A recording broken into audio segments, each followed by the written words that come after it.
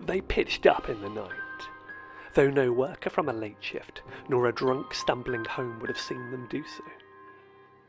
It happened in the breath before seconds.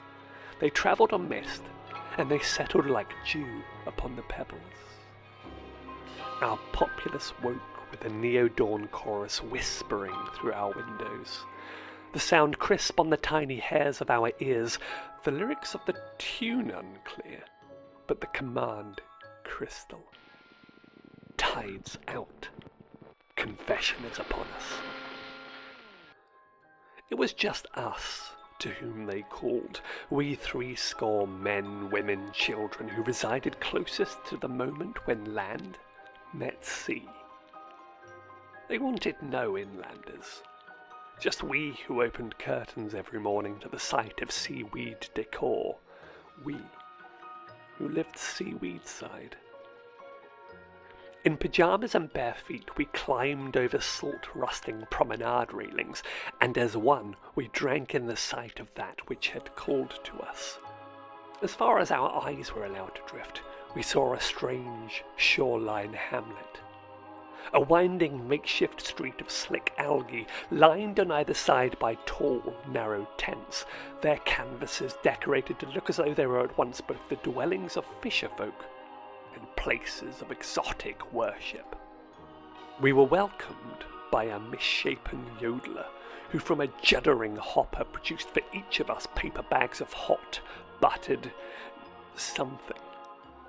It smelled like popcorn, but wriggled down our throats like anxious snails.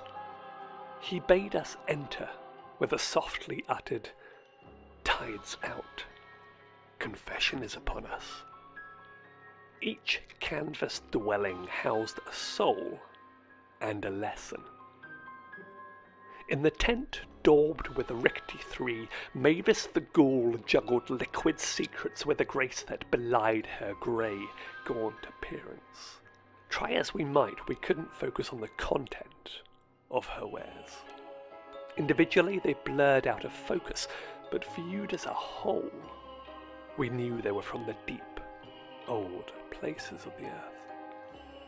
Her lesson was one of patience. Beneath the canvas marked 7 was Pete of 1,000 Itches. Upon a damp wooden stool he perched, his translucent baggy skin crawling with lice the size of blueberries.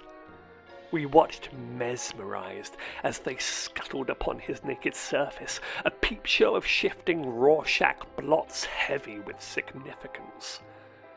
Pete had 1,000 itches, but he didn't scratch once. His lesson was one of focus.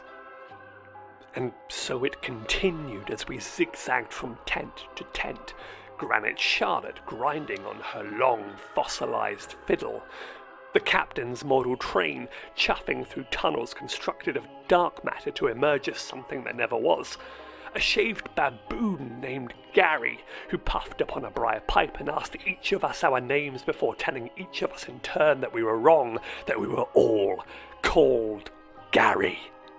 Each act fascinating, or horrific, or touching, each lesson wrought from both sense and nonsense, so that by the time we emerged from the final canvas we were all drunk on terror and ecstasy and wisdom. At the last we shuffled single file to the shoreline to kneel at the steps of an Edwardian bathing machine.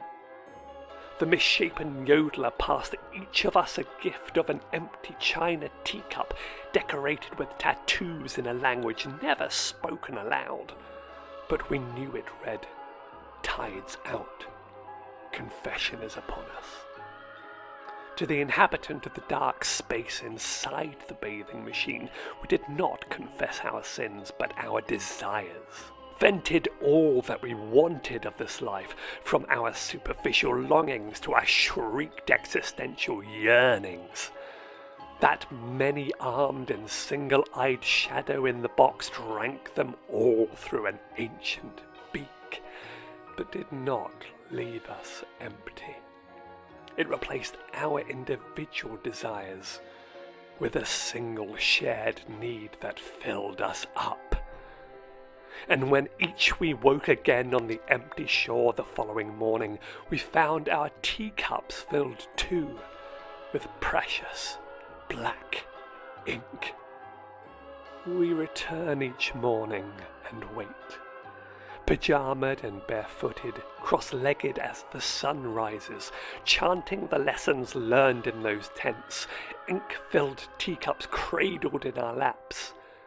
We fix our eyes on the point where the waves meet the sky, waiting for the disturbance that heralds the time of our final confession.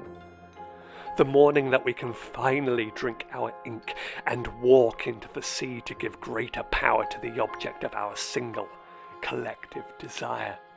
Each of us, great in number across every shoreline across a planet that is insignificant in greatness compared to the presence that we will sink to make great its rise. Until then, each of us sit and hold vigil, Seaweedside.